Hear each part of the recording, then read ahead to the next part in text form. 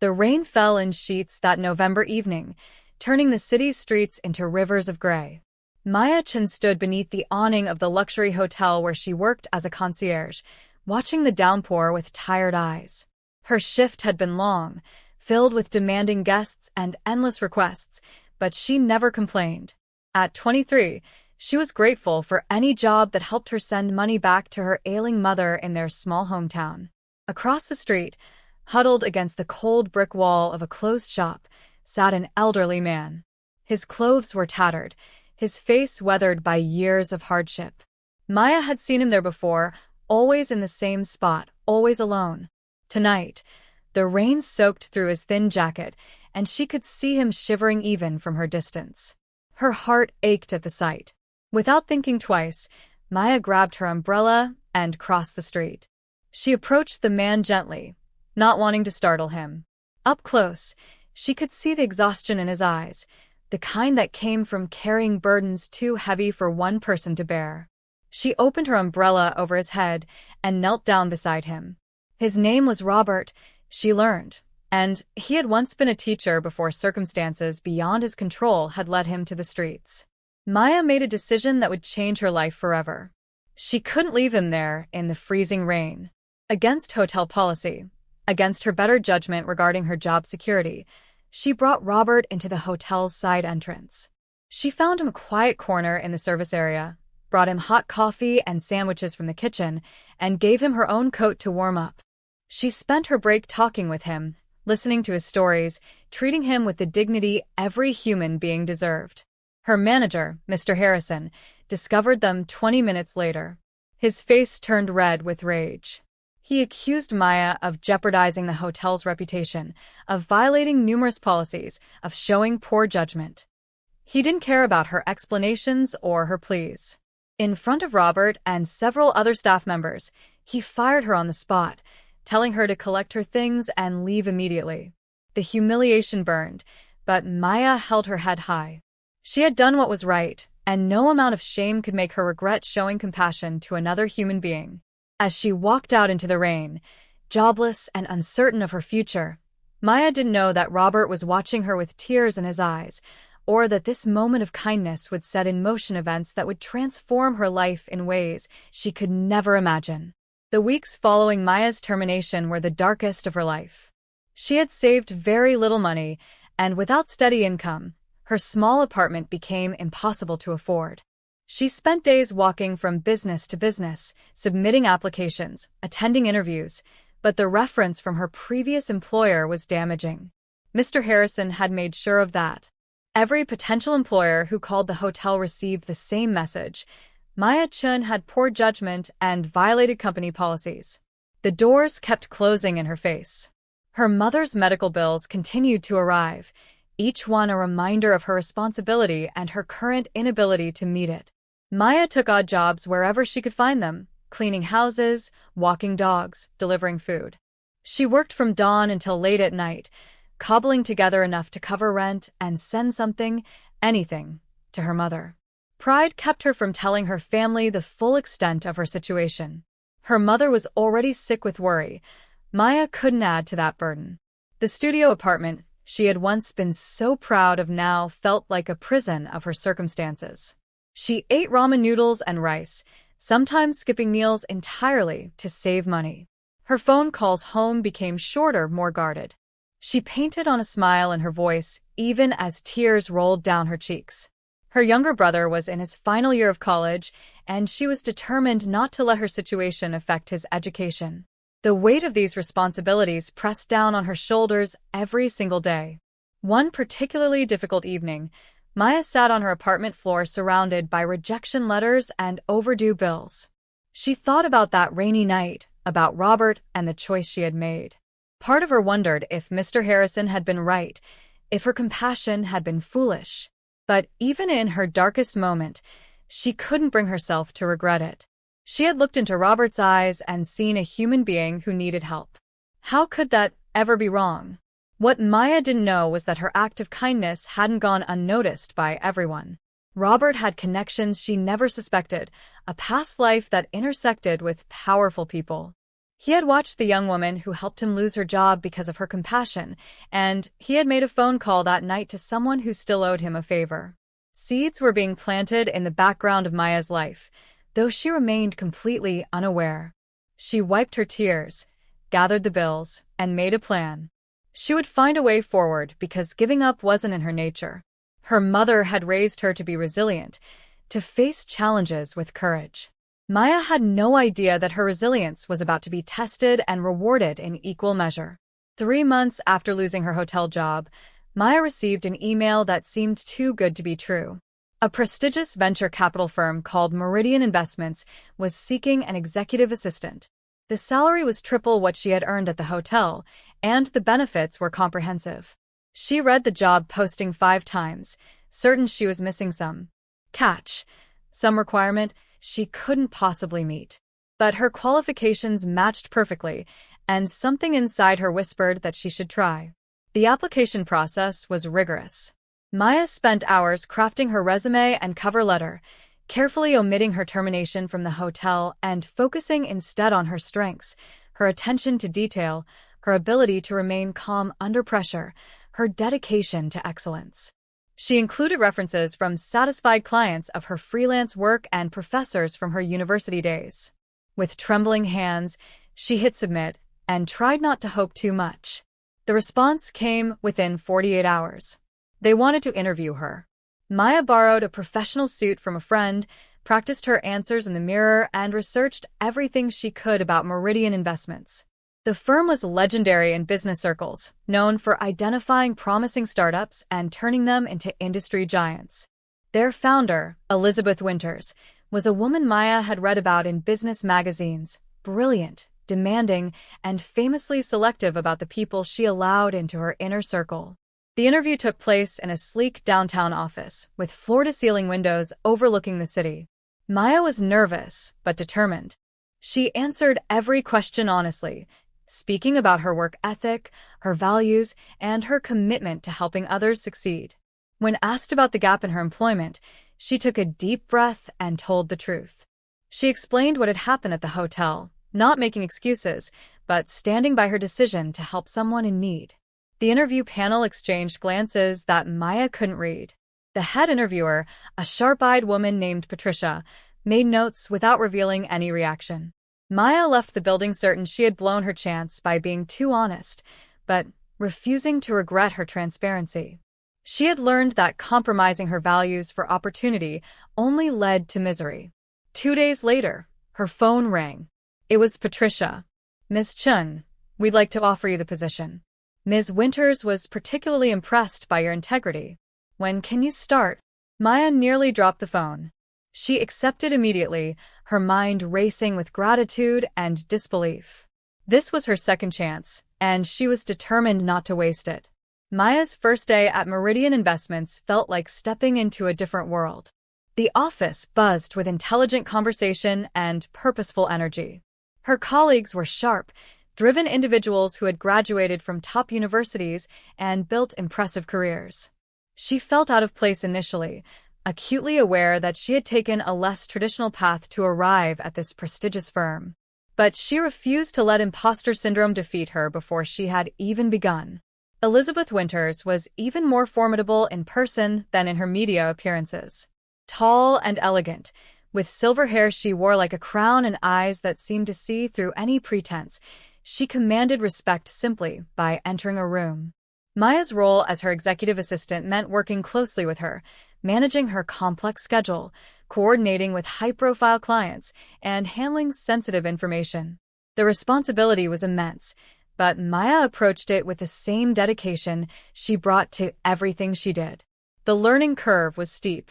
Maya stayed late every night, arriving early each morning, absorbing information like a sponge.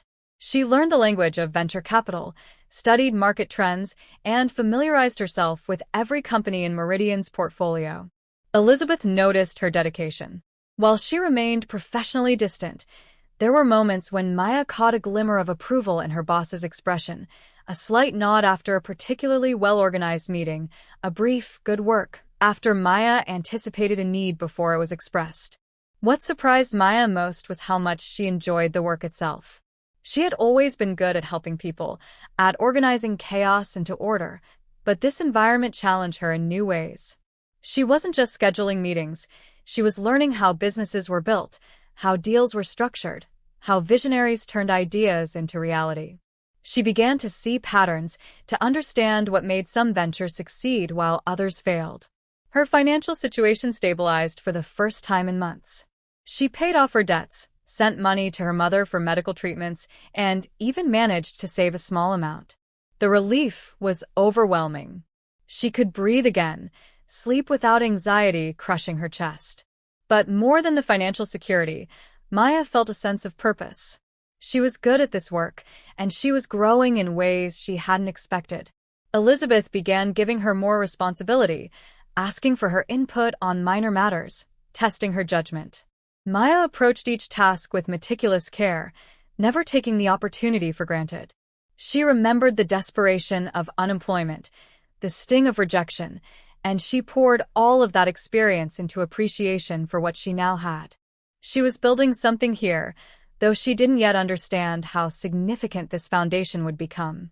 6 months into her position at Meridian Investments, Maya accompanied Elizabeth to a charity gala for homeless services. It was her first major event representing the firm, and she had prepared meticulously, ensuring every detail was perfect. The ballroom glittered with chandeliers and influential guests, each more powerful than the last. Maya felt the familiar flutter of nervousness, but reminded herself that she belonged here, that she had earned her place through hard work and integrity. As they moved through the crowd, Elizabeth stopped to speak with various donors and board members. Maya stood slightly behind her, ready to provide any information or assistance needed. Then she saw him. Across the room, dressed in an elegant suit and speaking animatedly with a group of well-dressed attendees, was Robert, the homeless man she had helped on that rainy night. But he looked completely different, healthy, confident, clearly at home in this world of wealth and influence. Maya's confusion must have shown on her face because Elizabeth leaned toward her and said quietly, "That's Robert Thornton. He's on our board and one of our largest benefactors. Brilliant man with an interesting story." Maya's mind reeled. Robert approached them with a warm smile, greeting Elizabeth with obvious familiarity. When his eyes met Maya's, they filled with recognition and something else, gratitude and perhaps a touch of guilt. "Elizabeth, I'd like you to meet someone special," Robert began, but Elizabeth interrupted with a knowing smile. "We've already met, Robert. Maya is my executive assistant and quite, frankly, the best I've ever had." Robert's face showed surprise, then dawning understanding. "Maya Chun? The young woman from the hotel?" Maya nodded, still trying to piece together what was happening. "But I don't understand. That night you were—" Robert asked if they could speak privately, and Elizabeth excused herself with an encouraging nod to Maya. In a quieter corner of the ballroom, Robert explained everything. He had been an incredibly successful tech entrepreneur and investor, one of the early pioneers in the industry. But after his wife died 5 years ago, he had spiraled into a deep depression. He gave away most of his money, walked away from his businesses, and ended up on the streets, wanting to disappear from a world that reminded him too painfully of his loss. That rainy night when Maya helped him had been a turning point. Her kindness, given without any knowledge of who he had been or what he might offer in return, reminded him that humanity and compassion still existed. He had made his way back slowly, reconnecting with old friends, including Elizabeth Winters, and rebuilding his life. He had asked Elizabeth to watch for any applicant named Maya Chin, to give her an opportunity if she ever applied. He had wanted to help her as she had helped him, but he had been surprised by how spectacularly she had succeeded on her own merits. Maya felt tears welling up. She had thought that night cost her everything, but it had actually opened a door she never knew existed. Robert placed a gentle hand on her shoulder. "You didn't help me because of what I could do for you. That's rare in this world, Maya. Elizabeth kept you on because you're exceptionally talented, but I wanted you to have the chance to show that talent. What you do with the opportunity is entirely your own achievement." The revelation about Robert's true identity changed something fundamental in Maya's understanding of her own journey. She realized that kindness could be its own form of investment, one that paid dividends in unexpected ways. But more importantly, she understood that she had earned her place at Meridian through her own abilities. The door Robert helped open was just that, a door. She had walked through it and proved herself every single day since. Elizabeth began involving Maya in more strategic discussions. What started as sitting in on meetings to take notes evolved into being asked for her perspective on potential investments. Maya discovered she had an intuition for recognizing authentic entrepreneurs, perhaps because she understood struggle herself. She could spot the difference between someone with a genuine vision and someone simply chasing wealth. Her insights began to influence decisions, and her star within the firm rose steadily. One case in particular showcased Maya's emerging talent. A young woman named Jasmine had pitched a sustainable fashion company to Meridian. The numbers were promising but not extraordinary, and most partners were lukewarm about the investment. Maya, however, saw something special in Jasmine's presentation, authenticity and determination that reminded her of herself. She advocated passionately for the investment, presenting research she had conducted on her own time about market trends and consumer behavior. Elizabeth gave Maya permission to lead the due diligence process. For weeks, Maya worked alongside Jasmine, understanding every aspect of the business, challenging assumptions, and helping refine the strategy. Her thorough work revealed both risks and opportunities that the initial assessment had missed. The partnership structure she proposed protected Meridian's investment while giving Jasmine the resources and guidance to scale effectively. Elizabeth approved the investment based largely on Maya's recommendation. Over the next year, Jasmine's company exceeded every projection. The sustainable fashion brand became a cultural phenomenon, and Meridian's investment increased tenfold in value. Maya's judgment was vindicated spectacularly. She was promoted to associate, a title that typically took 5 to 7 years to achieve. She was only 25 years old. Her colleagues, who had once viewed her with mild curiosity as Elizabeth's assistant, now sought her opinion on deals.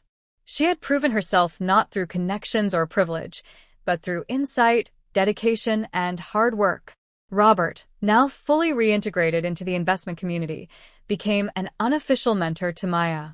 He taught her the nuances of negotiation, introduced her to key players in various industries, and shared hard-won wisdom from his decades of experience. Their relationship had evolved from that momentary kindness into genuine friendship built on mutual respect. He often told people that helping Maya succeed was his way of paying forward the compassion she had shown him when he needed it most. At 26, Maya had achieved a level of success that exceeded her wildest childhood dreams. She was now a partner at Meridian Investments, the youngest in the firm's history. Her investment portfolio was stellar, her reputation in venture capital circles was growing, and, financially, she was more secure than she had ever imagined possible. Her mother received the best medical care, her brother had graduated college debt-free thanks to her help, and Maya herself lived comfortably. Yet something felt incomplete. She began to notice patterns in the startup world that troubled her. Talented entrepreneurs from underprivileged backgrounds struggled to get funding, not because their ideas lacked merit, but because they didn't have access to the right networks. They couldn't attend the elite universities where venture capitalists recruited, didn't know how to navigate the complex world of pitch meetings and term sheets, and often gave up before ever getting a fair chance. Maya saw herself in their struggles and felt compelled to do something about it. The idea came to her during a sleepless night spent reviewing applications from hopeful founders. What if she created an investment fund specifically designed to identify and support talented entrepreneurs from underserved communities? Not charity, but genuine investment based on merit, combined with mentorship and guidance to help them succeed. She would look for the diamonds in the rough, the people with brilliant ideas and determination but without the traditional advantages. She would be the door opener for others that Robert had been for her. Maya spent months developing her proposal. She created detailed financial models, researched similar initiatives and their outcomes, and outlined a comprehensive support system that would include not just capital but education, networking, and ongoing guidance. She called it the Thornton Initiative, honoring Robert's role in her own journey. When she presented the plan to Elizabeth and the other Meridian partners, the room fell silent. Then Elizabeth began to smile. This is precisely the kind of visionary thinking that sets great investors apart from merely good ones, Elizabeth said. You're not just chasing returns, you're identifying an untapped market and creating a sustainable model to access it. It's brilliant, Maya. The partners approved seed funding for the initiative, with Maya at its helm. Robert, when he heard the name she had chosen, was moved to tears. He contributed a substantial personal investment to the fund, as did several other wealthy individuals he introduced to the concept. The Thornton Initiative launched with significant media attention. Maya's own story, from fired hotel worker to prominent venture capitalist, resonated with people. Entrepreneurs from all backgrounds began submitting applications, sharing their dreams and ideas. Maya assembled a small team of like-minded investors and began the painstaking process of evaluation. She was looking for more than good ideas. She was looking for people with her same fire, her same refusal to give up despite obstacles. She was looking for the next generation of success stories waiting to be written. The first year of the Thornton Initiative exceeded even Maya's optimistic projections. The fund invested in 15 startups, each led by founders from backgrounds that traditional venture capital had overlooked. There was Marcus, a former foster child with a revolutionary approach to affordable housing. There was Amira, an immigrant with just enough English to pitch her health tech idea, but brilliant enough to execute it flawlessly. There was David, who had dropped out of high school to work but had taught himself to code and created an education platform for underserved communities. Maya's approach was different from traditional venture capital. Yes, she provided funding, but she also provided something more valuable, her time and her network. She met with each founder regularly, helping them navigate challenges, connecting them with experts in their fields, and teaching them the business skills that she herself had learned. She remembered how lost she had felt during her own struggles and was determined that her founders would have guidance she had lacked. The results were remarkable. Within 18 months, 12 of the 15 companies had not only survived but were thriving. 3 had already raised additional rounds of funding from major firms at substantially higher valuations. The returns on investment were exceptional, but more importantly, these companies were creating jobs, solving real problems, and proving that talent existed everywhere if you knew where to look for it. Maya's reputation as an investor with an eye for overlooked potential became legendary. The initiative's success attracted more capital. Institutional investors who had been skeptical initially now wanted to participate. Maya raised a second, larger fund, then a third. Each time, she maintained her core principles. Invest in people, not just ideas, provide genuine support, not just money, and seek out founders who understood struggle because it had taught them resilience. She turned the initiative into a separate entity from Meridian, though she maintained strong ties to Elizabeth and her original firm. At 28, Maya Chen's personal net worth exceeded $50 million. The media dubbed her the compassion capitalist, as a nickname she found both flattering and slightly embarrassing. Forbes featured her in their 30 Under 30 list, not just for her wealth, but for the innovative model she had created. She gave interviews explaining that her success was built on a simple principle: everyone deserves a chance to prove their worth, and sometimes the people who fight hardest to get that chance are the ones who make the most of it. She never forgot where she came from. Maya established a scholarship fund for hospitality workers seeking education, honoring the job she had lost at the hotel. She partnered with homeless services organizations, creating job training programs and microloans for people trying to rebuild their lives. She even reached out to Mr. Harrison, the manager who had fired her, not with vindictiveness, but with an offer to fund programs at his hotel for employee development. He declined, but Maya had made the gesture because forgiveness, she had learned, was its own form of freedom. 5 years after that rainy night, Maya stood in the grand ballroom of the very hotel where she had once worked. The Thornton Initiative was hosting its annual gala, a celebration of entrepreneurship and a fundraiser for expanding their programs. The irony of the location wasn't lost on Maya. She had specifically chosen this venue. The hotel had new management now, and when they learned who was booking their most prestigious event space, they offered every amenity with genuine pride in hosting her. The ballroom was filled with the founders she had helped, their employees, families, and the growing community that had formed around the initiative. Success stories mingled with current applicants, creating a network of support and inspiration.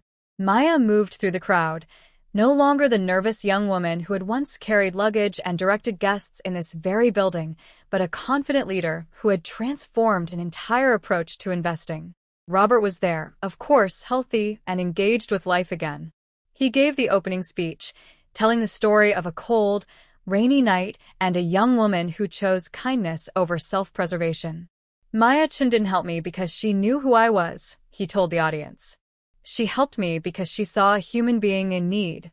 That compassion, that fundamental decency, is what makes her not just a successful investor, but an exceptional human being. She's proven that doing good and doing well aren't mutually exclusive, they're complementary.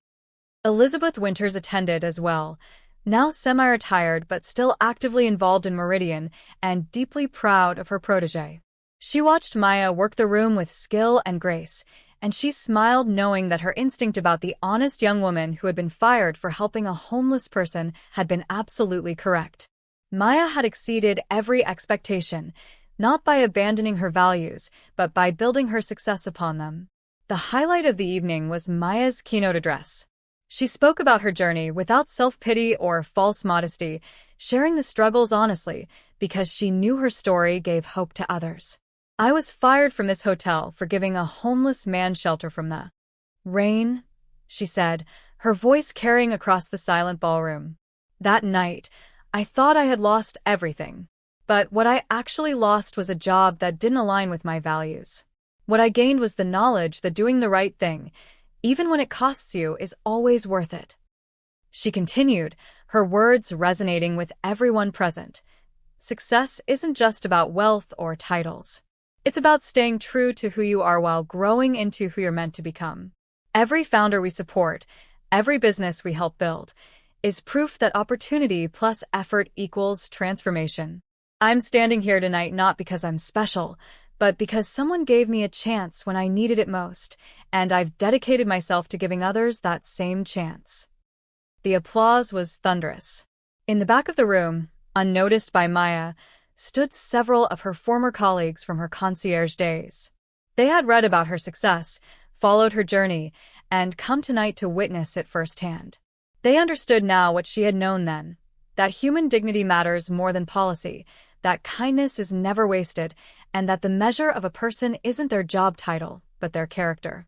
At 30 years old, Maya Chen had accomplished more than most people achieve in a lifetime. The Thornton Chen Initiative had invested in over 200 companies, creating thousands of jobs and generating billions in economic value. Her personal wealth had grown to exceed $100 million, making her one of the richest self-made young women in the country. But the numbers, impressive as they were, weren't what drove her anymore. She had established the Maya Chen Foundation, a nonprofit dedicated to breaking down barriers to entrepreneurship. The foundation provided free business education, mentorship, and small grants to aspiring entrepreneurs who needed help getting started.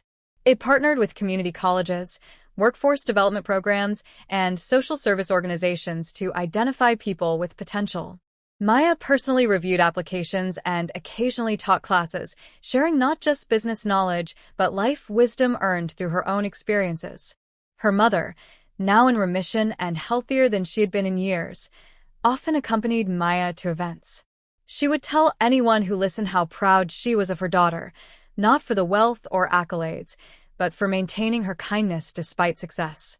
Money changes many people, she would say, but Maya was raised to know that character matters more than possessions. She still calls me every day, still treats service workers with respect, still stops to help people who need it. That's the real success. Maya had also inspired a movement within the venture capital industry. Other firms began creating similar initiatives, looking beyond traditional networks for investment opportunities. While she welcomed the competition, more support for entrepreneurs could only be positive.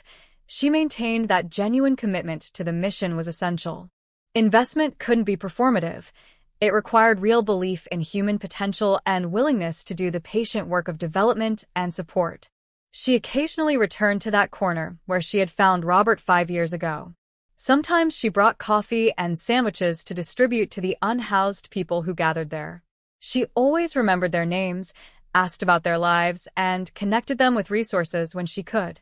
Some accused her of making these visits for publicity, but Maya didn't care.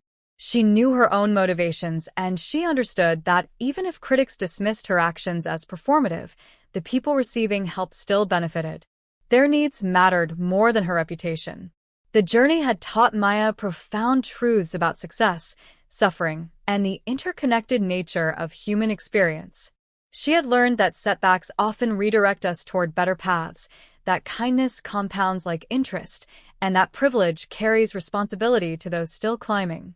She had discovered that wealth means nothing if it serves only yourself, and that real fulfillment comes from using your resources to expand opportunities for others.